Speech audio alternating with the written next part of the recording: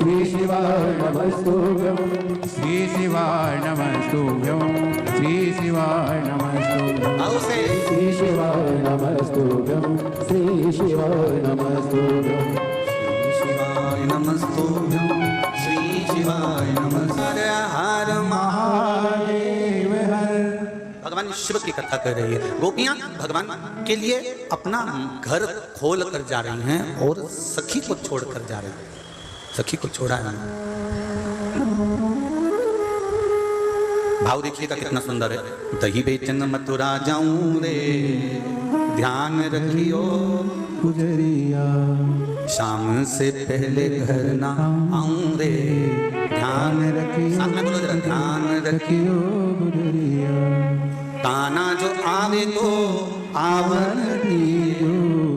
सखी बोल रही है फिर मुझे छोड़ने का फायदा क्या है जब चोर को घर में बुलाना है तो। अरे सुन तो काना जो आवे तो आवन पर चढ़ने ना दीजे अटरिया ध्यान रखियो गुजरिया। अरे सखी कन्हैया आए ना तो उसको आने देना पर अटारी पर मत चढ़ने देना। तो सखी ने पूछा क्यों? तो क्या मेरी अटारी टूटी हुई है, अगर वो चढ़ गया और गिर गया ना तो मुझे अच्छा नहीं लगेगा। देखो चोर घर में आए उसके लिए घर खुला छोड़ दो। सखी से कह रही है आने दो, अटारी पर चढ़ने मत देना। और सुन अब फिर मुझे छोड़ कर क्यों जा रही है? तो सुन तो माखन जो खाए तो बोलो रे गोली वाले जरा अच्छे से खाने देना कि नहीं खाने देना? बस तो माखन जो खावे तो खावण दियो। सखी बोल रही है चोर आए आने दो, सामान ले जाए ले जान दो, माखन खाए खान दो। तो फिर मुझे क्यों छोड़ रही है? तो सखी ने कहा अरे सुन तो तोड़ने ना दीजे मटकिया ध्यान रखियो गुजरिया। अरे उसके छोटे छोटे हाथ हैं और उसके हाथ में मटकी तोड़ने से लग जाएगी। उसकी सेफ्टी के लिए तेरे को छोड़कर जा रही है। ओ चले गया तो सखी ने कहा सखी से छीन लीजिए बाकी बंसुरिया ध्यान रखियो गुजरिया। अगर तूने बंसी को छुड़ा लिया फिर तो जाएगा ही नहीं, पक्का है पक्का। एक बार तुम्हारा छोरा नहीं माने, लड़का नहीं माने, घर में रहे नहीं जाएगा नहीं जाएगा, मैं बोल रही हूँ ना नहीं जाएगा, तो छोरे को बोलने से अच्छा है उसका हाथ का मोबाइल छुड़ा के रख लो, फिर कहीं नहीं जाएगा। घर में उसको मालूम है किसी का फोन आ गया और मम्मी ने उठा लिया फिर हैप्पी बर्थडे टू यू हो जाएगा, वो नहीं जाएगा। तो काना जो जावे तो जावना दीजिए बाकी बंसुरिया ध्यान रखियो गुजरिया। सखी इतनी सारी सखियां हैं पर भगवान किसी किसी सखी के घर जाते हैं, किसी किसी गोपी के घर जाते हैं। उसी तरह मेरा भोलेनाथ उसी को बुलाता है, उसी को पकड़ता है, उसी को साधता है जिसको वो अपने लिए बनाया हुआ होता है, किसी दूसरे को नहीं। जिनका संबंध जहां अच्छा होता है ना व्यक्ति वही जाता है। हिंगोली में जिनके रिश्तेदार रहते होंगे ना तो उन्होंने पहले ही फोन लगा दिया होगा हम संडे को आएंगे, हम आएंगे संडे को, हम सैटरडे को आएंगे। हम जिनकी जिससे अच्छी पड़ती है। अब हिंगोली में किसके बुआ जी भी रहती, मामा जी भी रहते, काका जी भी रहते हैं, पर हो सकता है काका जी से अच्छी नहीं पड़े, हो सकता है बुआ जी से अच्छी नहीं पड़े, हो सकता है मामा जी से अच्छी नहीं पड़े, जिससे अच्छी बनेगी। हो सकता है किसी व्यापारी से, हिंगोली का कोई व्यापारी हो हल्दी बेचता हो तो उसका उससे अच्छे संबंध हो गए तो कहेंगे हम तो ना तो मामा के रुकेंगे, हम ना बुआ के रुकेंगे, हम ना फूफा जी के रुकेंगे, हम तो हमारे व्यापारी के घर रुकेंगे। तो कई व्यापारी हो गए तो जिसका जिससे संबंध अच्छा होता है वो वहीं पहुंचता है। उसी तरह जो शिव महापुराण की कथा में पहुंच रहा है या आस्था चैनल पर या फेसबुक पर देख रहा है, समझ लेना कि आपका महादेव से संबंध बड़ा पक्का है, इसलिए आप शिव से लगे। ये संबंध देखा है, ये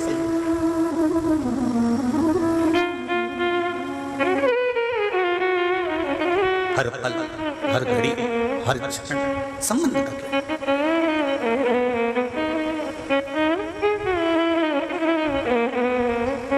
महाराज शिव पुराण कह रही है भगवान शंकर की हिंगोली से हरतालिका तीज शिव महापुराण की कथा कहती है। भगवान की भक्ति में अगर कहीं कोई रुकावट आ भी गई तो उस रुकावट के बाद में हमें भगवान की भक्ति पुनः प्रारंभ कर लेना चाहिए। होता है ऐसा होता है। कई बार हम तीज का व्रत करते थे गुरुजी, और तीज का व्रत करते करते गुरुजी हो सकता है कई बार ऐसी अड़चन आ गई कि हमारा वो व्रत एक बार छूट गया। अब एक बार व्रत छूट गया हरतालिका तीज का, अब क्या करें गुरुजी, हमारा व्रत बस केवल एक बार छूटा है गुरुदेव। हम 15 साल से कर रहे थे, हम 20 साल से कर रहे थे, एक बार ऐसा कोई काम हो गया कि वो व्रत हमारा टूट गया, वो व्रत हमारा नहीं हुआ, तो हमें क्या करना चाहिए? हरतालिका शिव महापुराण की कथा कहती है, भूलवश कारणवश किसी कार्य से अगर एक व्रत बीच में कभी बाई चांस किसी कारण से रह गया है तो हरतालिका शिव पुराण कहती है फिर एक काम करिए, अगला व्रत जब करें तो उस समय पर कोई भी शिव जी का एक जोड़ वस्त्र, सौभाग्य नारी का, सुहागन नारी का एक जोड़ वस्त्र, सौभाग्य की बांस की पिटारी, उसमें सौभाग्य की सामग्री रखकर शिव जी के मंदिर में जाकर पूजन कर कर वापिस आकर फुलेरा का दर्शन कर कर, फुलेरा शिव जी का पूजन कर कर वो सौभाग्य सामग्री किसी गरीब ब्राह्मण को जिसको जरूरत है वस्त्र आदि की, या जो ब्राह्मण पूजन करा रहा हो आपके यहाँ, वो ब्राह्मण जन को तिलक कर कर दक्षिणा के साथ उसे प्रदान कर दे और शिव जी से निवेदन करें, भोले बाबा हमसे पूर्व में गलती हो गई थी, इसलिए हमारा व्रत छूट गया था किसी कारण से, पर आप इसको स्वीकार करिए, आप इसको स्वीकार करिए, गलती हो गई, गलती हो गई। अब जिसके पास में वस्त्र भी ना हो, ब्राह्मण को देने के लिए कोई सौभाग्य वस्तु सामग्री भी ना हो, तो शिव महापुराण की कथा कहती है हल्दी और कुंकू तो घर में होता है ना, ये हल्दी कुंकू भी अपने किसी ब्राह्मण को दे दिया तो भी आपका हरतालिका व्रत का फल आपको प्राप्त जरूर होगा। कोई जरूरी नहीं कि आपके पास में बहुत सामग्री, ये जरूरी नहीं। कहां से प्रारंभ हुआ है हरतालिका? देव ऋषि नारद भ्रमण करते करते माता पार्वती जी के पास पहुंचे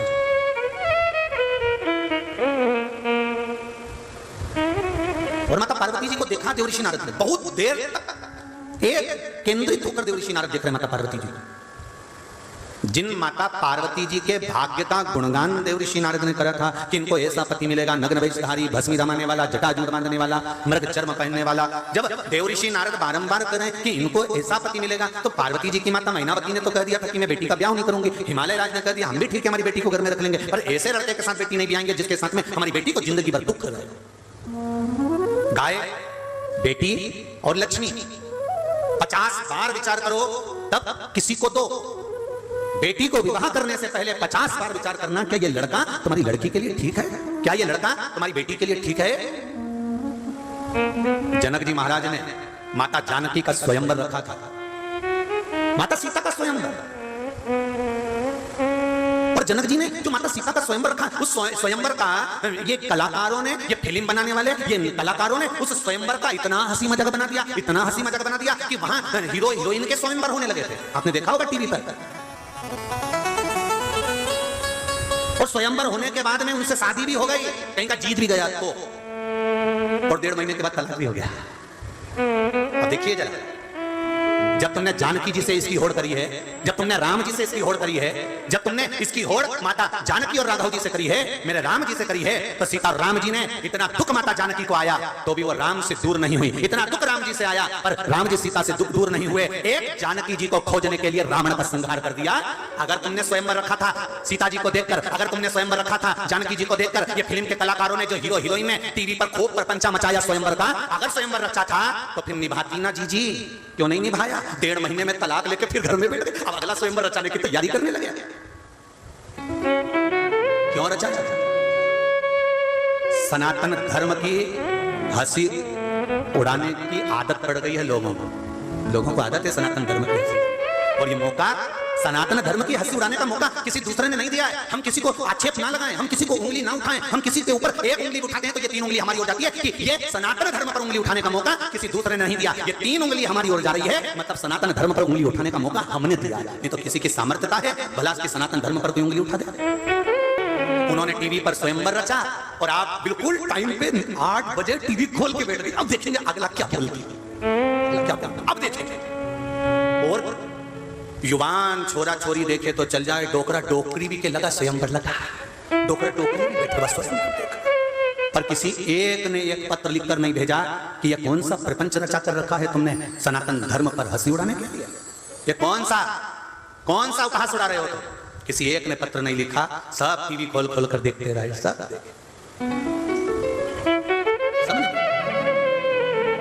एक बात तो मुझसे कहते, एक बार 3 को देने से पहले 50 बार विचार करना, एक बेटी को देने से पहले, दूसरा गौ माता को देने से पहले, तीसरा लक्ष्मी धन पैसा देने से पहले 50 बार विचार करना कि किसको दे रहे हो। बेटी ब्याहने से पहले ये विचार करिए क्या बेटी सही जगह पर जा रही है। राजा जनक जी ने जानकी जी का स्वयंवर क्यों रखा था? जब जानकी जी की उम्र मात्र 5 वर्ष की थी तब जनक जी ने कहा था, जानकी जाकर सैनिकों से कहकर आओ, आज मैं धनुष की पूजन करने आ रहा हूं, तो धनुष के नीचे लीप दें। जानकी जी कहने गई तो द्वारपालों ने कहा, माता जी हमने धनुष के नीचे का भाग आसपास का लीप दिया, पर वो धनुष हमसे नहीं उठता है, इसलिए हमने गाय के गोबर से उसके नीचे नहीं लीपा है। जानकी जी बोली, इतना छोटा सा धनुष तुमसे नहीं उठता, चलो मैं उठा देती हूँ। और जानकी जी गई, उन्होंने हाथ में गोबर लिया, उल्टे हाथ से धनुष को उठाया, गोबर को लीप कर 5 वर्ष की जानकी मैया गोबर से लीप कर धनुष को रखकर आ गई। जनक जी जब पूजन करने आए तो उन्होंने देखा कि आज पहली बार धनुष के नीचे का भाग लीपा है। ये किसने लीपा? जिस दिन से धनुष आया है उस दिन से आज तक नहीं उठा। इस धनुष को किसने उठाया है? कौन उठाया इस धनुष को? द्वारपालों ने कहा, जानकी जी ने उठाया। जनक जी हंसने लगे, 5 साल की छोरी कोई धनुष उठाएगी? बुलाओ जानकी को। जानकी बेटा तूने धनुष उठाया कैसे, ये लीपा कैसे? जानकी जी ने कहा, पिताजी ये देखो, उल्टे हाथ से धनुष उठाकर सीधे हाथ से लीप कर बता दिया। जनक जी जान गए, मेरी बेटी अगर उल्टे हाथ से धनुष उठा सकती है तो इसका पति सीधे हाथ से धनुष उठाने वाला चाहिए। बेटी पढ़ी लिखी है, उसके हिसाब से पढ़ा लिखा वर ढूंढो। बेटी ज्ञानवान है, उसके हिसाब से उसका वर ढूंढो।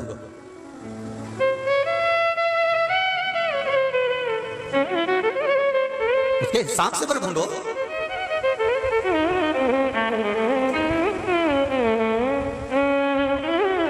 पर हमने बेटी के हिसाब से वर नहीं ढूंढा, हमने हिसाब लगाने वाला वर ढूंढा।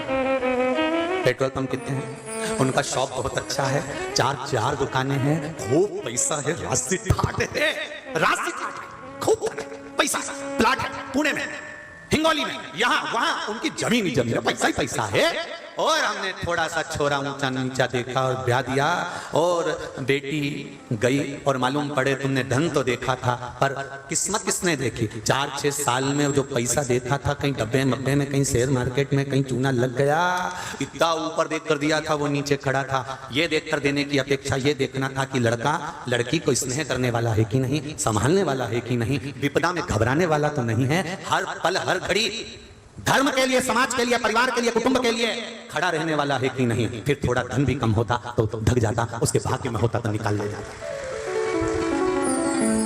पर चॉइस बहुत भारी है, बहुत। हम दूसरों को इम्प्रेस करने के लिए अपने वालों को इग्नोर कर देते हैं, हम दूसरे को इम्प्रेस करते हैं। मोबाइल पर हम दूसरों को इंप्रेस करने का प्लान बना रहे हैं, पर ये नहीं देख रहे कि जो हमारे पास है उसको तो इग्नोर कर रहे हैं। जिसको इंप्रेस कर रहे थे वो इंप्रेस भी नहीं हुआ, और जो इग्नोर करा था वो पूर्ण तरह से इग्नोर हो गया, ना यहाँ के रहे ना वहां के रहे। इसलिए शिव कथा कहती है, शंकर भगवान के चरणों में पार्वती दिन रात सेवा में लीन रहती थी। उसको कोई मतलब नहीं कि कहां जाना है, क्या करना है, किससे कहना है। दुख आया, अपने दुख को शंकर जी से कहा, तकलीफ आई भगवान शिव से कही, कुछ परेशानी आई भगवान शंकर से कही। वो भटक नहीं रही है माता पार्वती, हम भटकते हैं। संसार में आने के बाद में हमने भटकना प्रारंभ कर दिया। थोड़े दिन यहाँ चले गए, वहां से काम नहीं हुआ, यहाँ चले गए, यहाँ से काम नहीं हुआ, वहां चले गए, वहां से काम नहीं हुआ, वहां चले गए। शिव महापुराण की कथा कहती है, एक ही द्वार पर अगर जाते रहते, परमात्मा का द्वार अगर पकड़ कर रखते, भगवान शंकर का स्मरण, राम का स्मरण, कृष्ण का स्मरण करते रहते तो जीवन अपने आप पार हो जाता। हरि विठ्ठल का स्मरण करते रहते तो जीवन पार हो जाता। पर हम 24 घंटे भटक रहे हैं, 24 घंटे। अरे तुम पूरी बफेट में पार्टी में घूमो, यहाँ दही बड़ा खा लो, वहाँ गुलाब जामुन खा लो, वहाँ चाउमीन खा लो, वहाँ पानी बतासा खा लो, सब कुछ खा लो, पर 2 रोटी तो तुमको खाना ही पड़ेगी। क्यों? जब तक रोटी नहीं खाओगे इन चीजों से पेट नहीं भराएगा। रोटी की याद घर जाकर आएगी कि खाना जरूर खाना था। खाओ लड्डू खाओ, उधर दही बड़ा, उधर आलू बड़ा, उधर चम्मक लड्डू, उधर आइसक्रीम, दुनिया भर के आइटम निपटाओ, दुनिया भर के स्टॉल खाओ, पर एक रोटी वो थाली में लेकर, सब्जी लेकर, थोड़ी दाल चावल लेकर, थोड़ा ना थोड़ा भले 2 कौर खा लोगे ना तो संतुष्टि रहेगी कि मैं रोटी खाकर आई।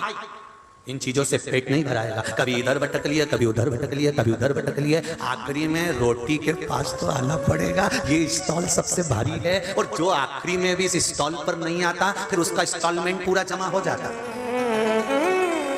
इस स्टॉल पर तो आना पड़ता। तुम खुद देख लो, जो शिव के पास नहीं जाता। पार्वती जी ने शंकर भगवान से कहा, भोलेनाथ जी भगवान बैकुंठ में विराजमान होते हैं। हर व्यक्ति की फर्स्ट चॉइस रहती है कि मुझे बैकुंठ जाना है। प्रत्येक व्यक्ति के मन में रहता है, आपसे भी पूछा जाए तो आप कह दोगे मैं बैकुंठ जाऊंगी, भगवान मुझे बैकुंठ जाना है, मुझे बैकुंठ जाना है। हर व्यक्ति की चॉइस है कि उसको बैकुंठ जाना है। तो पार्वती जी ने शिव जी से कहा, भोलेनाथ जी, जिसको देखो वो बैकुंठ जाना चाहता है, जिसको देखो वो भगवान के धाम जाना चाहता है, अपने यहाँ कौन आएगा। इतने में शंकर भगवान पार्वती से बोले, तू चिंता मत कर, मेरे ससुर ने मुझे श्राप दिया था, शंकर मैं तुझे श्राप देता हूँ कि तू शमशान में निवास करेगा, मैं और तू दोनों शमशान में रहते हैं। तो पार्वती जी बोली, अब तो और कोई मिलने नहीं आएगा, शमशान में कौन आएगा। शंकर भगवान बोले, भले नहीं आएगा तो लास्ट में बांध के लाएंगे, नहीं आएगा तो आखिरी में बांध कर लाएंगे। जो बैकुंठ जाता है वो वापिस भी आता है, इंद्रलोक जाता है वो वापिस भी आता है। शंकर भगवान कह रहे हैं, पार्वती जो एक बार शमशान आ जाता है ना, फिर तो जाता ही नहीं, उसको इतना मजा आता है ना शमशान में कि यहाँ से जोरदार जगह कहाँ मिलेगी। इतना आराम कि दुनिया की किटकिट खत्म। जब तक जिंदा था बेटी की शादी करना, बेटे का ब्याह करना, मकान बनाना, मेरा प्लाट वहां पड़ा है, एक केस से बस वो निपट जाए, मेरी जमीन छूट जाए, इसके बाद मकान बनाऊंगा। पूरी जिंदगी tension tension tension tension tension में निकल गई। आखिरी में जब शंकर जी के पास गया तब चैन से सोया। तो भोलेनाथ जी ने भी पूछ लिया, क्यों रे हे भेरू कैसा है। भेरू भी बोला, मजा तो आपके चरणों में ही है। तब लोगों ने भजन लिखा कि मिलता है सच्चा सुख केवल भगवान तुम्हारे चरण, तब लिखा था, उसके सिवा कहीं सुख कहीं।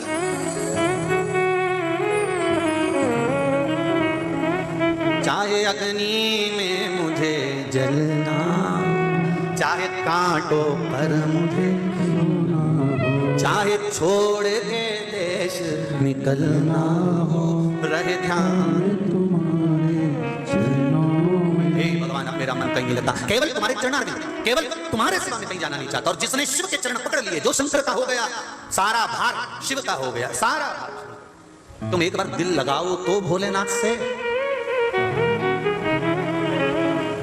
जो एक बार दिल लगा लेता है उसके मोबाइल का रिचार्ज वही कराता है। बोलो तो जरा दमदारी से सही है कि गलत है। किसी ने किसी से दिल लगा लिया, उसने कहा मेरा मैसेज कर रहा तू उठा क्यों नहीं रही, चार्ज ही नहीं है। तो मुझे तो बोल, मैं भी चार्ज करता हूँ। उसने 2 मिनट लगाया, बटन दबाई ना, उसका मोबाइल चार्ज कर दिया। उसने कहा मेरा मोबाइल खो गया, उसने कहा क्या टेंशन लेती है, अभी दिलाऊं चल, और ले गया बाजार भुड़ भुड़ करता और मोबाइल दिला गया। जहां दिल लगाया था तो पैसा देखा नहीं जाता। शिव जी की कथा भी ये कहती है कि एक लड़की ने एक लड़के से स्नेह किया तो लड़के ने पूरा बोझ उठा लिया, उसका सूट दिलाए, हार दिलाए, रिंग दिलाए, बाली दिलाए, सूट दिलाए, सब कुछ दिलाए। तो जरा विचार करो, संसार के व्यक्ति से दिल लगाया तो उसने केवल तेरा वजन उठाया, अगर शिव से लगा लेती है तो सबका बोझ वही उठा लेता। उससे तो लगाओ एक बार दिल, उससे तो लगाओ एक बार हृदय। जब शंकर से दिल लग जाता है तो फिर परिवार का टेंशन नहीं देना। अब सौंप दिया इस जीवन का सब भार तुम्हारे हाथों। इस संसार में क्या है? एक पत्र आया, देखिए बड़ा सुंदर।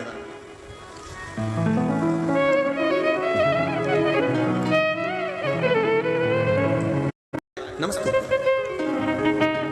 तेरी कृपा बिना न हिले एक भी अनु लेते हैं श्वास तेरी कृपा से तनो तनो। कुछ है।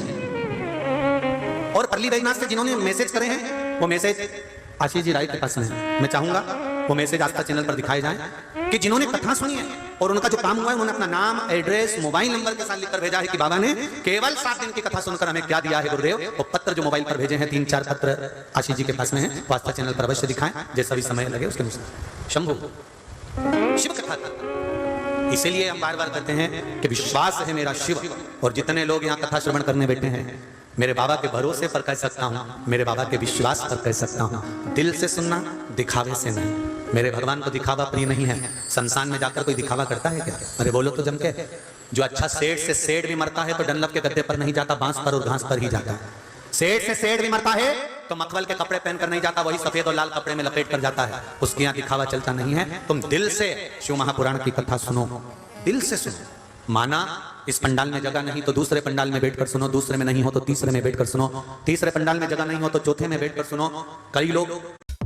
कई लोग रोड पर बैठकर कथा सुन रहे हैं, तो उनसे निवेदन है कि जहां मौका मिले शिव महापुराण की कथा को जमीन पर बैठकर कंकर शंकर को मानकर सुनना और दिल से कहना, बाबा मैंने सुना है कि तू 3 महीने में पूर्ण कर देता है, ऐसी कृपा करना कि मैं भी, मेरी ये कामना पूर्ण हो और मैं भी धूप लगाने तेरे दरबार में जाऊं। उससे प्रार्थना करेगा,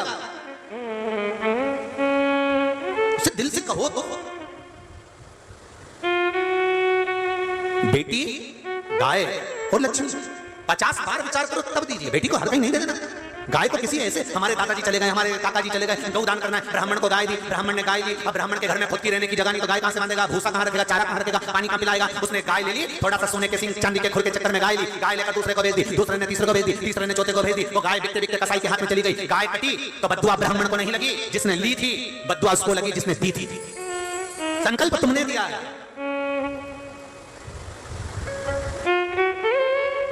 संकल्प तुमने दिया तो भोगना तुमको। बेटी को दुखाता है तो तकलीफ किसको होती है, जिनको तुमने बफेट में रोटी खिलाई उनको। अरे बोलो तो जम के। बेटी को दुख आता है तो जिसने संबंध पक्का कराया उसको दुख होगा। अरे बोलो तो जम के नहीं होगा। सारे रिश्तेदार भोजन कर जाएंगे, पार्टी निपटा के जाएंगे, दुख उनको नहीं होगा। बेटी को अगर तकलीफ होगी तो या तो माँ रोएगी या बाप रोएगा, और माँ से ज्यादा बाप रोता है, कहता नहीं पर दिल में रहता है। माँ से ज्यादा बाप रोता है, बेटा माँ को प्रिय होता है और बेटी बाप को प्रिय होती है। इसलिए बाप की दौलत बेटी होती है, और बेटी को इसका स्मरण करना चाहिए कि मेरे बाप मुझे दौलत समझता है तो बेटी भी अपने बाप को वो हीरा समझे, वो दौलत समझे कि ये दूसरी बार मिलने वाला नहीं है, ये समझे।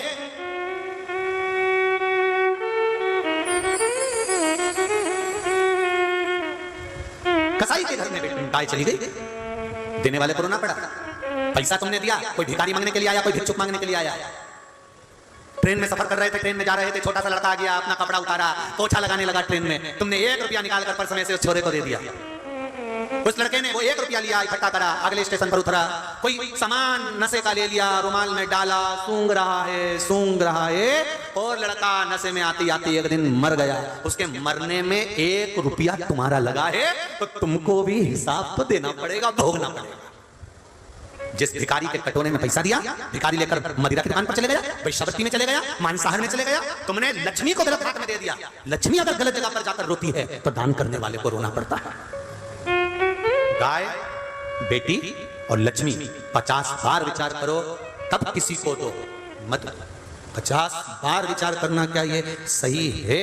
और निवेदन है, अपनी संपदा, अपनी प्रॉपर्टी भी जो तुम्हारी सेवा करे उसके प्रति थोड़ी सी बचा कर रखो। क्योंकि तुमने देखा होगा मकान बनाने वाले जो गाय पालते हैं वो गाय के लिए गौशाला बनाते हैं। बोलो सही है कि गलत है? क्योंकि गाय के लिए बनाना। जो घोड़ा रखते हैं वो घोड़े के लिए अस्तबल बनाते हैं।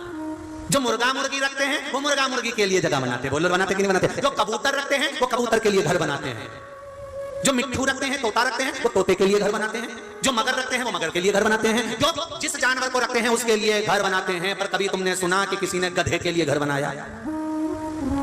बोलो तो जरा जम के तो बोलो। किसी के मुंह से सुना कि हमारे एक रिश्तेदार ने गधे के लिए घर बनाया? मछली के लिए घर बना लेंगे, सबके लिए घर बनाएंगे, पर गधे के लिए नहीं। तो जो तुम्हारा कहना ना सुने, कभी तुमको तीरथ कराने ना ले जाए, जरा जरा सी बात में चिल्ला के दौड़े, जरा जरा सी बात में अपशब्द बोले, जरा जरा सी बात में तन्न फन्न करे, ऐसे गधे के लिए घर बना के करोगे क्या? करोगे गधों के लिए घर बना? जो कभी भगवान का भजन ही ना करे, जब देखो जब वो उसको देखता रहे, वो उसको देखती रहे, बस यही जिंदगी हो गई। और मालूम पड़ा 2-4 छोरा छोरी हो गए, उसके बाद में जब काम धंधे में पड़ गए, जिंदगी रोते रोते रोते रोते निकल गई। अंतिम समय आ गया, आखिरी में भगवान का भजन करने का मन करा, विचार करा था कथा में जाऊंगी। सियोर वाला महाराज आया हिंगोली में, छोरा से कहा मुझे कथा में छोड़िया। आजकल की औलाद कुत्ता घुमाना पसंद करे पर डोकरा डोकरी को ले जाना पसंद नहीं करे। कौन ले जाएगा तुमको? कौन ले जाएगा? एक कुत्ता को चेन से बांधकर इतना चड्डा पहन के, टी शर्ट पहन के जब घुमाते हैं तो ऐसा लगता है इनको कि हमारे बराबर कोई वीआईपी नहीं है। सुबेरे सुबेरे हमारा शास्त्र कहता है कि गीता के पीछे चलो, रामायण के पीछे चलो, धर्मशास्त्रों के पीछे चलो। ये सुबह से उठ के मुंह धो के कुत्ता के पीछे चले। कुत्ता तुम्हारे पीछे चलता है क्या? जम के बोलो जरा, चलता है? नहीं, जहां कुत्ता जाएगा। अब जरा विचार करो, इतने वीआईपी कि इनके घर के बच्चों को छीछी आई तो बेचारी एक बाई रख रखी वो साफ करे। इनके घर के औलादों की गंदगी एक बाई रख रखी वो साफ करे, एक आई रख रखी वो साफ करे, और ये कुत्तों को गंदगी कराते फिरे, छीछी कराते, और वो कुत्ता छीछी करे और ये वहीं खड़े रहे। इतने वीआईपी, भगवान ऐसा वीआईपी मत बनाना रे कि कहां का किस्मत लेके आए कि औलाद की गंदगी की जगह कुत्ता की गंदगी साफ करते फिर रहा है। भगवान ऐसा वीआईपी नीचे ऐसा वीआईपी सुबह से उठ के कुत्ता के घुमाया नीचे। भगवान से कह देना, भगवान ऐसा वीआईपी मत बना नीचे। शिव नाम जपो, शिव नाम जपो, शिव नाम बिना उद्धार नहीं, शिव नाम जपो शिव नाम जपो ओ शिव नाम बिना भवपार नहीं।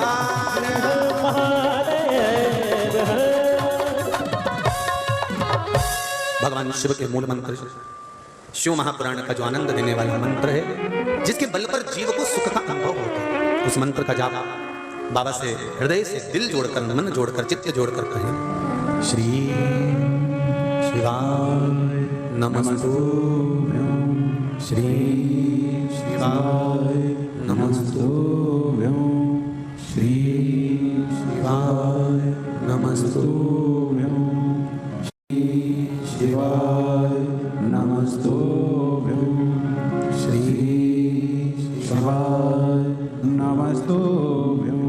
भोला सब दुख काटो मार, ओ भोला सब दुख काटो मारा।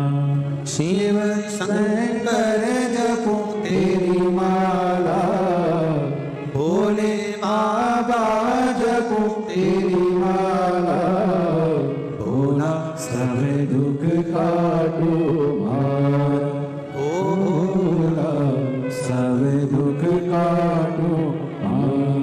भगवान शिव ओगड़दानी त्रिकालदर्शी कैलाशी अविनाशी की कथा कर रही है। देवऋषि नारद ने जाकर पार्वती जी का जो जन्म का संवाद था वो हिमालय राज्य से और मीनावती से कह दिया। वो कह दिया। एक बात अपने हृदय में उतार कर रखिए, जो बेटियां ससुराल में दुखी हैं, बहुत कष्ट में हैं, या आपस में सामाजिक पति पत्नी का नहीं बन रहा है, या कोई विवादित वाली बात है, तो निवेदन है तलाक पर बात को लेकर मत जाना। एक बार बाबा देवादिदेव महादेव का एक भाव जरूर प्रकट करना। महाराज श्री अवधूतेश्वर महादेव का नाम लेते। कौन से महादेव? अवधूतेश्वर महादेव का नाम लेकर थोड़ी सी मूंग, हरी जो मूंग होती है, उस मूंग को गला लीजिए पानी में।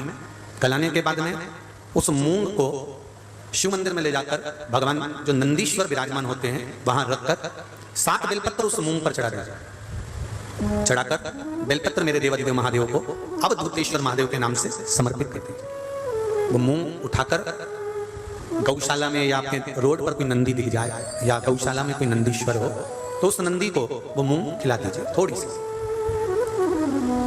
3 या 4 प्रदोष करोगे, तलाक तक बात नहीं पहुंचेगी, आपस में प्रेम बढ़ जाएगा, बेटी को सम्मान मिलना प्रारंभ हो जाएगा और टेंशन समाप्त हो जाएगा, परिवार नहीं टूटेगा। हमारे यहाँ तो मूंग का प्रयोग, जो हरी मूंग होती है, धना होता है, खड़ा धना, गुड़, ये जब घर में मंगल विवाह होता है, शादी होती है या कोई अच्छा फंक्शन होता है तो उसमें इन चीजों की जरूरत होती है। कभी आपने अपनी सासू मां से पूछा कि मम्मी ये मूंग क्यों रखते हैं, ये गुड़ क्यों रखते हैं, ये खड़ा धना क्यों रखते हैं? ये तो सब दाल का सामान है, ये तो सब वहां रसोई घर में होना चाहिए, फिर ये पूजा की थाली में इसको क्यों रखते हैं? उसका कारण क्या है?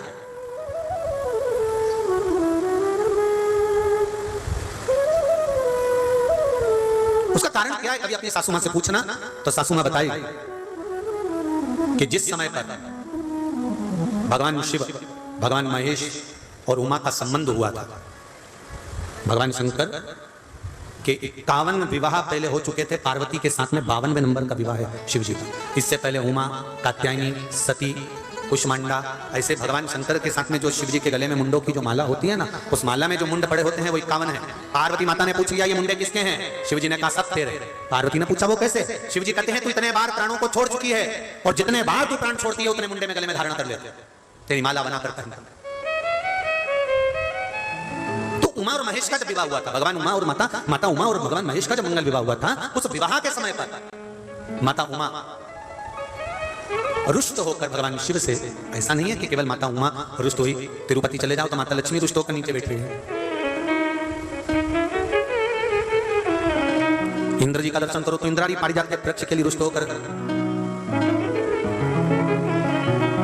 ब्रह्माणी और ब्रह्मा का दर्शन करो तो गायत्री मैया को यज्ञ में बिठा लिया पुष्कर जी में, तो गायत्री मैया को देखकर सरस्वती रुष्ट होकर बैठ गई। ऐसा नहीं है कि रुष्टता नहीं होती, होती है, पर उस रुष्टता में दोनों का साथ भी होता है। लक्ष्मी मैया से, भगवान विष्णु से लक्ष्मी ऐसी दुष्ट होकर गई कि नीचे आके बैठ गई, पर भगवान के पास नहीं पहुंची। ब्रह्माणी ब्रह्मा के पास नहीं पहुंची, पर पार्वती उमा सती शिवजी के पास के बिना दूर गई नहीं। दोनों पार्वती मैया माता उमा रुष्ट होकर भगवान महेश से चली गई, और जब भगवान महेश से रुष्ट होकर माता उमा जाती हैं, माता उमा चली जाती हैं, तब उस समय पर ऋषियों ने, संतों ने आकर माता उमा को समझाया। स्वयं देव ऋषि नारद भी उस समय पर पहुंचकर समझाए कि मां, यदि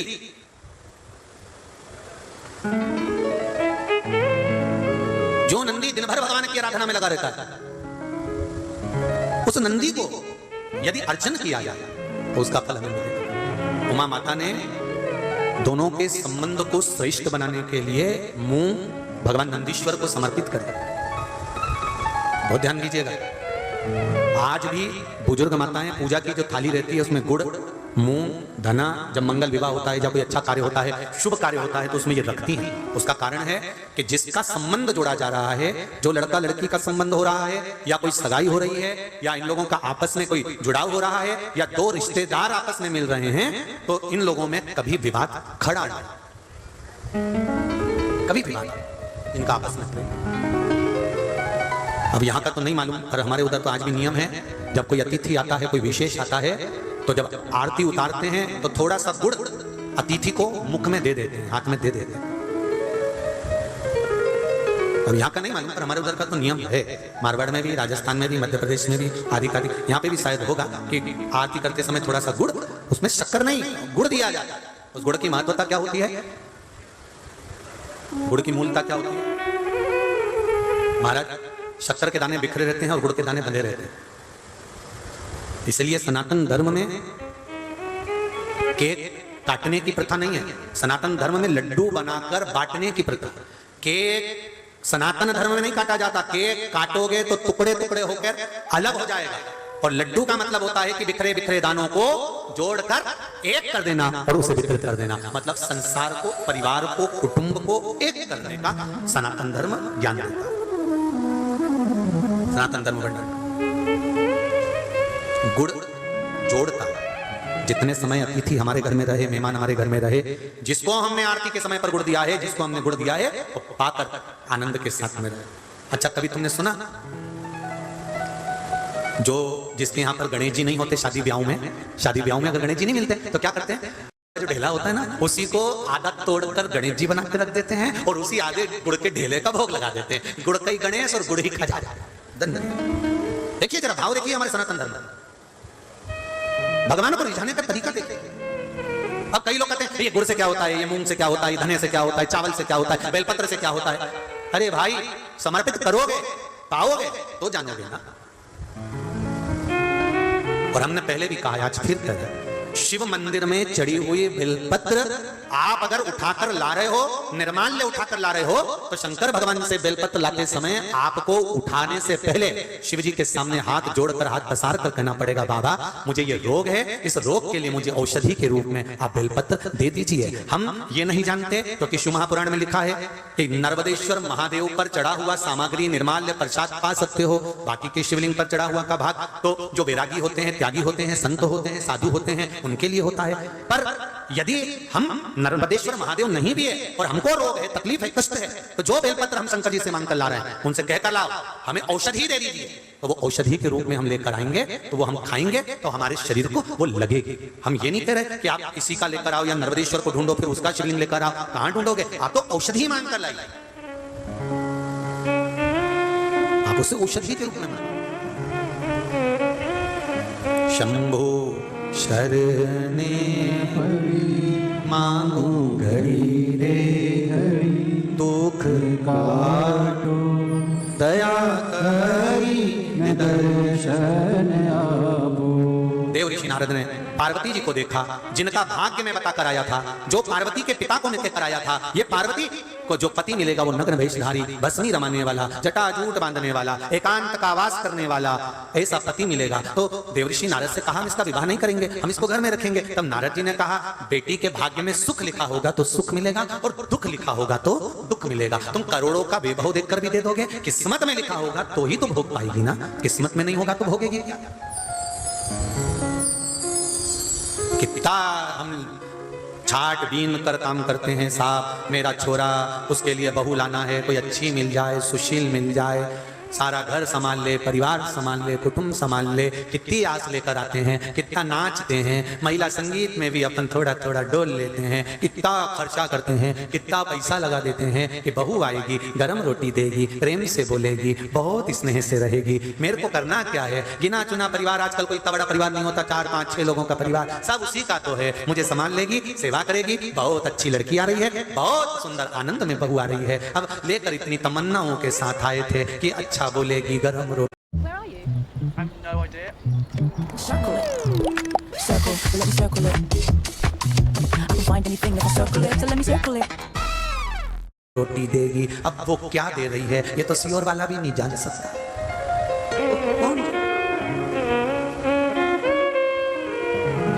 अब कहा आपने गुरुजी, कई लोग आते हैं लड़कियों का फोटो लेकर, हमारे लड़के की लड़की देखने आए, गुरुजी देख के बताओ कैसी रहेगी। हमने कहा बहुत बढ़िया। गुरुजी हम 8 लोग गए थे देखने, आधा घंटा बैठे गुरुजी, लड़की भी बैठी मिली पर मुंह से आवाज नहीं आई। गुरुजी ऐसी जोरदार लड़की, इतनी सुशील, इतनी बढ़िया, बिल्कुल नहीं बोली। गुरुजी आप देख के बताओ ना कैसी है। तो हमने भी कह दिया अभी नहीं बोलेगी, जब वो बोलेगी तो तू भी डोलेगी। अभी काहे को बोलेगी, शादी कराना है कि नहीं कराना। एक बात आप लोगों को कहना चाहेंगे, किसी भी घर की बेटी कभी बुरी नहीं होती, केवल हमारे समझने की कमी होती है। हम सत्ता छोड़ना नहीं चाहते, वो सत्ता लेना चाहती है। हम अपना लोभ समाप्त नहीं कर पाते, हम उसको बदलना चाहते हैं, वो तुम्हें बदलना चाहती है। और दोनों नहीं जान पाते कि भगवान ने जैसे बनाकर भेजा है, इनको वो नहीं बदल पाया, तो तुम दोनों आपस में कैसे बदल सकती हो, कैसे बदलो। सास बहू को बदलना चाहती है, ये मेरे अनुसार चले, मैं बताऊं वैसा काम करे, मैं जैसा सुबह में जगती हूं उसी वजह जगे, मैं ऐसा करूं वैसा करे, मैं गिराऊं।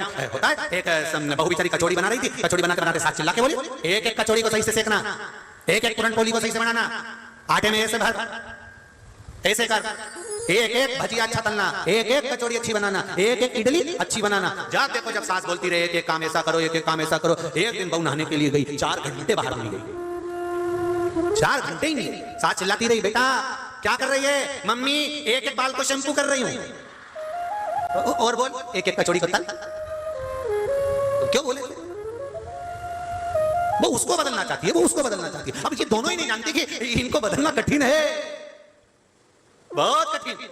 इसलिए सासू जी से भी निवेदन है और बहू रानी जी से भी निवेदन है, दोनों एक दूसरे को मत बदलो। थोड़ा सा जो समय मिले उसमें शंकर का गुणगान करो और जो बने प्रेम से काम करो। इससे बढ़कर कोई आनंद नहीं है साहब।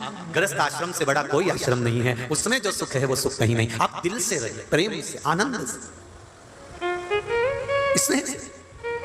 शिव कथा करे, देवर्षि नारद ने मन में सोचा कि मैंने इतना बताया सब कुछ। हिमालय राज ने कहा मैं बेटी नहीं भी आऊंगा। देवर्षि नारद ने कहा बेटी तो भी आना पड़ेगी, घर में कब तक रखोगे। इसलिए एक निवेदन है, बेटी से कहना जब वो बड़ी हो जाए तो बेटी से कहना कि तू शिव जी की आराधना कर। सारे अवगुण शंकर में हैं, पर शंकर में गुण भी एक है कि वो परमात्मा है, वो भगवान है, वो देव अधिदेव महादेव है, वो महादेव है।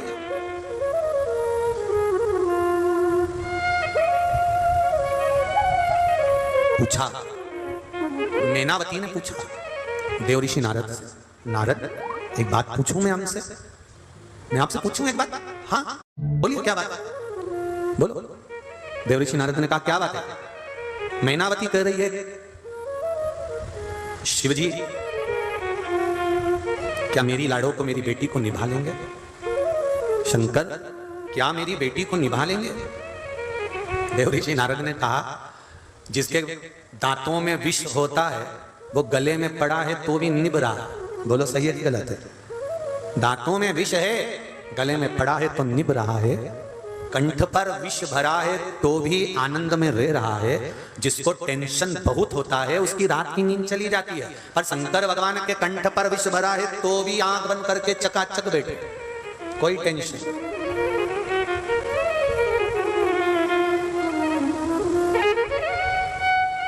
कोई चिंता नहीं। नारद क्या वो शिव मेरी बेटी को निभा लेंगे? क्यों नहीं? सारे देवताओं की लिस्ट निकाल लो। लक्ष्मी जी ने भगवान विष्णु को श्राप दिया था, केवल भगवान विष्णु लक्ष्मी को देखकर हंस दिए थे तैयार होते समय, और नारायण हंसे और लक्ष्मी को क्रोध आ गया, हे नारायण आप मुझे देखकर हंसे हो घोड़े की तरह, मैं श्राप देती हूं लक्ष्मी कि नारायण तुम मुझे घोड़े की तरह देखकर हंसे हो, इसलिए तुम्हारा गला कटेगा, शीश कटेगा और घोड़े का मुंह लगेगा। भगवान विष्णु का हयग्रीव अवतार हुआ केवल लक्ष्मी के कारण। ब्रह्माणी ब्रह्मा जी को श्राप दे देती हैं, ब्रह्मदेव तुमने मेरा अपमान करा है, यज्ञ करने बैठे मैं तैयार होने गई थी और तुमने दूसरी स्त्री को बिठा लिया, इन ब्राह्मणों के कहने पर गाय के मुख से प्रकट कर गायत्री को बिठा लिया, इस पुष्कर राज की भूमि पर तुमने गायत्री को बिठाकर यज्ञ करा है ब्रह्मदेव। मैं ब्रह्माणी तुमको श्राप देती हूं, पूरी पृथ्वी पर कहीं तुम्हारे मंदिर नहीं बनेंगे, केवल एक पुष्कर में तुमने यज्ञ करा है इसलिए यहां तुम्हारा मंदिर होगा, बाकी के कहीं नहीं है। ब्रह्माणी ब्रह्मा को श्राप दे देती हैं, नारायणी नारायण को श्राप दे देती हैं, इंद्राणी इंद्र को श्राप दे देती हैं। केवल अगर सही परिवार देखा जाए तो शंकर और पार्वती का है, जो आज तक भगवान शंकर से कोई शब्द ही नहीं कहे, एक शब्द नहीं। तीज का व्रत किसका होता है? जम के बोलो जरा, पार्वती जी का। छठ का व्रत किसका होता है? बोलते जाओ, पार्वती जी का। चतुर्थी का व्रत किसका होता है? बोलो बोलो जम के, पार्वती जी का। नवरात्रि के व्रत किसके होते हैं? पार्वती जी के। भारत की भूमि पर जितने स्त्रियों के व्रत हैं, माताओं के व्रत हैं, ये सारे पार्वती जी के हैं। ना लक्ष्मी जी का कोई व्रत नहीं है। कोई ने नहीं कहा कि दिवाली पर तुम लक्ष्मी जी का व्रत करो, वो तो तुम्हारी मर्जी हो तो करो, नहीं तो कहीं शास्त्र प्रमाण में नहीं लिखा कि आप लक्ष्मी जी का व्रत करो। लक्ष्मी जी का कोई व्रत नहीं है, यहाँ ब्रह्माणी का कोई व्रत नहीं है, इंद्राणी का कोई व्रत नहीं है। अगर व्रत है तो केवल पार्वती जी का। माता पार्वती का व्रत इसलिए है क्योंकि माता पार्वती ने कभी अपने पति से अपशब्द नहीं कहे थे, कभी ऊंची आवाज में बात नहीं करी थी, इसलिए पार्वती जी के व्रत आज तक चल रहे हैं। व्रत तो तुम्हारे भी चालू हो जाए, अगर तुम ऊंची आवाज में बात नहीं करो तो उसमें कोई दिक्कत नहीं। अगर तुम तेज आवाज में बोलना बंद कर दो ना, तुम जब भी बोलती हो ना डर डरा के बोलती हो। 4 घंटे से बोल रही हूं कि दूध की थैली लिया, फोन भी किया था मैंने कि दूध की थैली लेते आना, कथा में गए थे वैसे सब्जी लेते लेते जाते। ऐसी धड़ धड़ा के बोली चंद्र घंटा, ऐसी बोली कि भेरू सिंदूर चिपका के बैठ गया। क्या व्रत तो तुम्हारे भी चालू हो जाए, तुम अगर तेज आवाज में नहीं बोलो तो व्रत तो व्रत है। तुम अगर प्रेम से बोलो, इतने प्रेम से, जैसे पहले शादी के पहले फोन पे बात करती थी, रात को 9 बजे से 1-1 बजे तक मालूम ही नहीं पड़ता था, दोनों लगी रहते। 12-1 बजे घर के लोग भी कहते अब तो सो जा छोरा, कि मम्मी बस थोड़ी सी बात और कर लो। छोरी से कहा बेटा सो जा। शादी के पहले 1-2 बजे तक बात करें, और शादी के बाद ऐसा होता है ना, शादी का 1 साल पति बोले पत्नी सुने, शादी का दूसरा साल पत्नी बोले पति सुने, और शादी के बाकी के साल पति पत्नी दोनों बोले पूरा मोहल्ला सुने।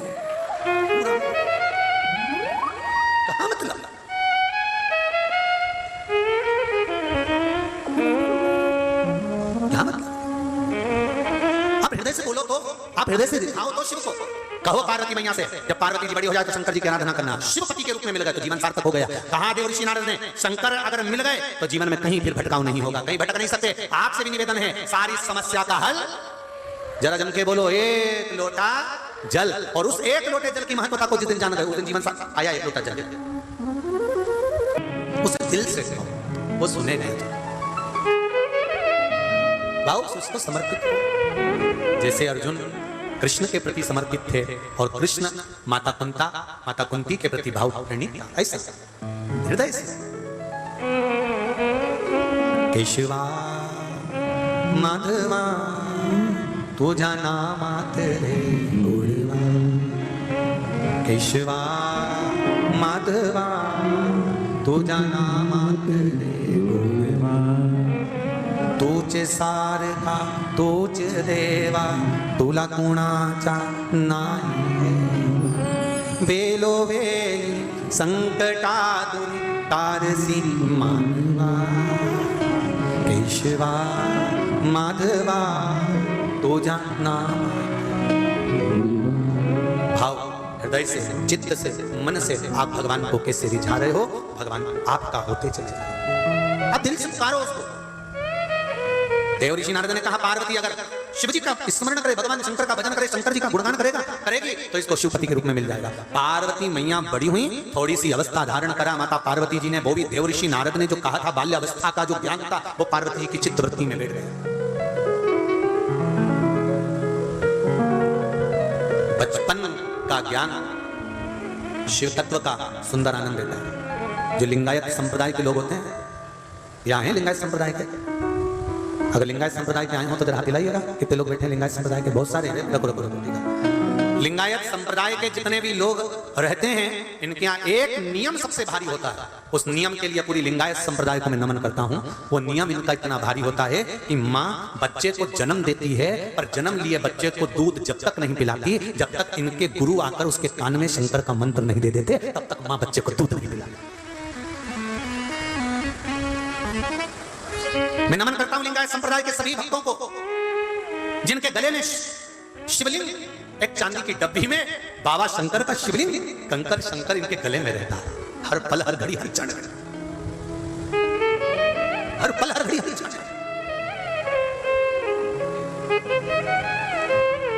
मां अपने बच्चे को दूध ही नहीं पिलाती जब तक कि शंकर का मंत्र इसके कानों में नहीं पड़ता। कारण पूछा किसी लिंगायत संप्रदाय के गुरु से, तो कहा माता के गर्भ में था तो पिंड के रूप में था, आया है संसार में तो शंकर इसका भरण पोषण करेंगे, शंकर इसकी परवरिश करेंगे। माता पिता ने तो जन्म दे दिया, भाग्य लिखने वाला तो देव अधिदेव महादेव है, इसलिए शिव मंत्र दिया जाता है, तब मां दूध पिलाती है। जब तक मंत्र नहीं मिलता, गुरु मंत्र नहीं मिलता, तब तक उस बच्चे को दूध भी मानी पिलाती। शंकर का हो जा पहले शिव का हो। पूरे देश और विदेश में विराजमान लिंगायत संप्रदाय के भक्तों को दंडवत प्रणाम करता हूं। आपका विश्वास, आपकी अटूटता, आपके हृदय की चित्तता, शंकर का गुणगान, उसका भरोसा, दृढ़ता छूटती नहीं।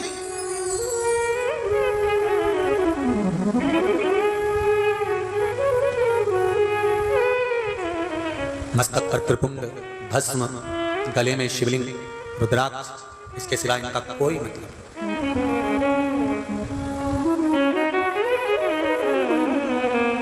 शुरुआत भी शिव है और अंत भी शिव है। शंकर के सिवा कुछ नहीं। मेरे भोले तेरा सहारा है, मेरे भोले तेरा सहारा है, मेरी नैया का तू किनारा है, मेरी नैया का तू किनारा है। शिव के सिवा है कौन? शंकर के सिवा जाने कौन? तो मेरा निवेदन है, जिसके संबंध में आपस में तकरार हो तो मूंग का भाव आप नंदीश्वर को देकर, बेलपत्र शिव को मूंग के ऊपर से चढ़ी हुई पहले मूंग पर चढ़ गई, फिर वही उठाकर भगवान शिव को समर्पित कर दी जाए और हृदय का भाव कहकर भगवान शंकर से निवेदन किया जाए। सुने सुने। बाल्यावस्था में बच्चों को दिया गया ज्ञान आखिरी तक काम आता है। एक बात परली बैजनाथ की धरा पर कही थी, शिव महापुराण में जो सोमानी परिवार कथा करवाए हैं, उसमें एक बात कही थी,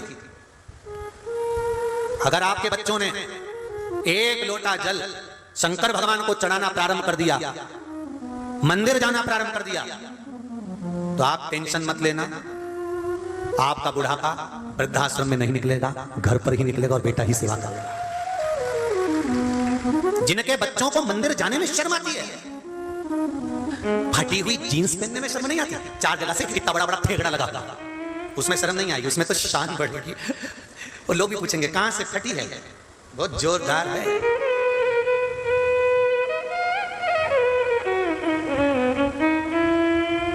फटा हुआ कपड़ा पहनने में आज के बच्चों को शर्म नहीं आई, पर मंदिर जाने में शर्म आई।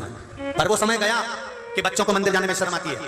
आज हम भी इस व्यासपीठ से मेरे नवयुवक बेटा बेटियों को देखते हैं, और इन बेटा बेटियों को, छोटे छोटे बच्चों को जब मंदिर जाते हुए देखते हैं, मंदिर पहुंचते हुए देखते हैं, छोटे छोटे बच्चे स्कूल जाने से पहले लोटा ले जाकर, 1 लोटा जल ले जाकर शंकर जी को जब चढ़ाते हैं, तो हम भी आज शान से छाती ठोक कर देते हैं कि आज के नवयुवक बेटा बेटी भले कितने भी फैशन में रहते हो, पर मंदिर जाना इन्होंने प्रारंभ कर दिया, उसके लिए धन्यवाद। धन्यवाद है ऐसे बेटा बेटियों को। और निवेदन है, जिसके बेटा बेटी मंदिर जाने में शर्म करते हो, जिसके बच्चे भगवान के काम में शर्म महसूस करते हो, मम्मी ये नाटक मुझसे नहीं होता, मम्मी मैं मंदिर नहीं जाऊंगा, मम्मी मैं ये नहीं करूंगा, समझ लेना बुढ़ापा बिगड़ेगा, ऐसा बिगड़ेगा कि तुम बच्चों को इंजीनियर बना लो, डॉक्टर बना लो, कलेक्टर बना लो, एसपी बना लो, तुम बच्चों को अच्छे से अच्छी शिक्षा प्रदान कर दो, अच्छे से अच्छा बढ़ाने का प्रयास कर दो, खूब अच्छी गाड़ी पर तुम्हारा बच्चा पहुंच जाएगा। पर यदि संस्कार नहीं दिए तो वो गाड़ी, वो बंगला, वो डॉक्टर, वो कलेक्टर किसी काम का नहीं, जो अपने माता पिता का आदर ना कर पाए। इसलिए सब कुछ दो बेटे को, अच्छी विद्या दो, अच्छा कॉलेज दो, अच्छी एजुकेशन दो, और साथ में बच्चों को अच्छा संस्कार दो, जिससे बच्चे बुढ़ापे तक आपको ध्यान रखकर आपकी जिंदगी सार्थक बना सके। क्योंकि हमने देखा वृद्धाश्रम में ठेला चढ़ाने वाला, शंभू वृद्धाश्रम में ठेला चलाने वाले के लोग माता पिता नहीं रहते, वृद्धाश्रम में सब्जी बेचने वाले के माता पिता नहीं रहते हैं, वृद्धाश्रम में रोड पर झाड़ू लगाने वाले के माता पिता नहीं रहते हैं, वृद्धाश्रम में कबाड़ा बेचने वाले के माता पिता नहीं रहते हैं, वृद्धाश्रम में सब वीआईपीओं के माता पिता रहते हैं। कभी चेन्नई जाना, मुंबई जाना, बेंगलोर जाना तो वृद्धाश्रम में पूछ के जाना, कोई कहेगी मेरा बेटा डॉक्टर है, कोई कहेगी मेरा बेटा ये है, कोई कहेगी मेरा बेटा इंजीनियर है, कोई कहेगी मेरा बेटा सरकारी नौकरी करता है, कोई कहेगी मेरा बेटा ये करता है। पढ़े लिखो लोगों के माता पिता वृद्धाश्रम में रह रहे हैं, और जो अनपढ़ हैं वो कहते हैं घर में भले 2 रोटी ना हो पर घर में माँ बाप का होना जरूरी है। हमारे घर की पूंजी हमारा माँ बाप। क्यों? क्योंकि उसने भले अपने बच्चों को अच्छी शिक्षा दी कि नहीं दी, पर संस्कार पूरे दिए हैं। और हमने अपने बच्चों को अच्छी एजुकेशन में पढ़ रहा, एजुकेटेड है, तो मंदिर जाएगा तो शर्म नहीं आएगी। समझाओ घर के बेटा बेटी को, बेटा मंदिर जाओ, कोचिंग जाती हो ना, ट्यूशन जाती हो ना, गाड़ी उठाकर कोचिंग तक जाती हो ना, 5 मिनट मंदिर पड़ेगा शंकर जी का, रुकना, प्रणाम करना, माँ पर बेलपत्री चढ़ी हो वही उठा लाना, उठा के वही की वही उसी समय उठाना, चढ़ा देना। इतना तो कर सकती है, ये भी नहीं कर सकती। मंदिर में 5 मिनट प्रणाम करना, चले जाना। घर की एक बेटी, एक नवयुवक बेटा बेटी जब मंदिर में प्रणाम करना प्रारंभ कर देते हैं तो उनको देखकर उनके दोस्त भी गाड़ी थोड़ी देर रोक लेते हैं, चलो अपन भी 5 मिनट प्रणाम कर ही लेते हैं। और धीरे धीरे धीरे धीरे ये संस्कार सब में पहुंचते चले। प्रणाम। देवऋषि नारद, पार्वती अगर शिव जी की आराधना करे, पार्वती शंकर भगवान की आराधना करे, पार्वती मैया शिव जी की आराधना में लगी, माता पार्वती शंकर जी की आराधना में लगी नहीं, शंकर जी की उपासना में लगी नहीं, और शिव जी प्रकट नहीं होते, शंकर भगवान आते ही नहीं है। हरतालिका तीज की कथा चल रही है, बहुत ध्यान से सुनिए कि पार्वती मैया तप कर कर कर हार गई, साधना कर कर कर हार गई, उपासना कर कर कर हार गई। शिव जी परीक्षा लेते रहे, मगर बनकर आ गए, साधु बनकर आ गए, संत बनकर आ गए, ज्ञानी बनकर आ गए, नटराज बनकर आ गए, पर पार्वती की परीक्षा समाप्त नहीं हुई। पर शिव जी ने पार्वती को अपनाया अभी तक नहीं। खूब परीक्षा,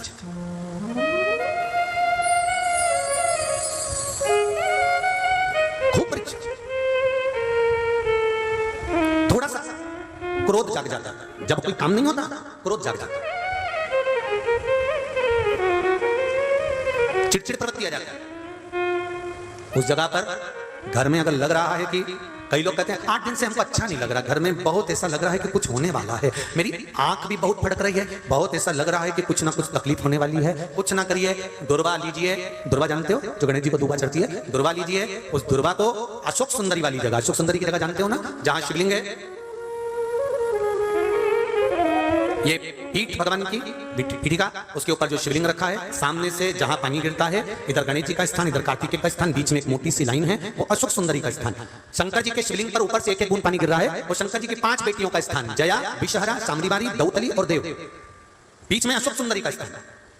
दुर्वा, आपको लग रहा है कि ये मेरे को ठीक नहीं लग रहा, मेरे को अभी कुछ ऐसा लग रहा है कि कुछ होने वाला है, या कोई ना कोई गड़बड़ी होने वाली है, कुछ तकलीफ आने वाली है, कोई कष्ट आने वाला, कोई बीमारी आने वाली, कोई रोग आने वाला, कोई तकलीफ आने वाली है। उस समय पर दुर्वा 7 लीजिए, 7 दुर्वा को लेकर अशोक सुंदरी वाली जगह पर चंदन का पहले लेपन कर दो, और उस पर दुर्वा की डंडी का जो मुख है वो पानी बहता है उस साइड, और शिवलिंग की साइड में दुर्वा की पत्तियों का मुख कर कर उसको रखकर अपने हाथ का स्पर्श करो, और अपने मन से बाबा का स्मरण कर कर, दिल से कहकर बाबा को उस दुर्वा को लेकर आ जाओ। उसका पानी घर में, पानी में उस दुर्वा को डालकर उसका पानी सब दूर छिड़क दो, श्री शिवाय नमस्तुभ्यम कर।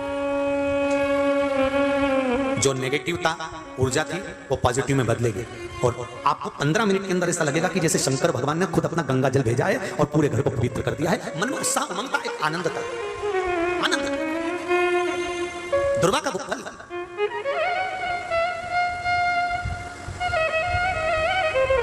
दुर्वा का वो आनंद सुख दे। महाराज भगवान देवर्षि नारद ने माता पार्वती जी को तब साधना करते देखा है, माता पार्वती तब साधना में डूबी हुई हैं। ब्रह्मा जी को भगवान शंकर ने अर्धनारीश्वर स्वरूप का दर्शन कराया है, भगवान अर्धनारीश्वर पधार रहे हैं। जोरदार ताली बजाइए, श्री अर्धनारीश्वर भगवान का दर्शन कर यजमान परिवार अर्धनारीश्वर भगवान का पूजन करेंगे। कुछ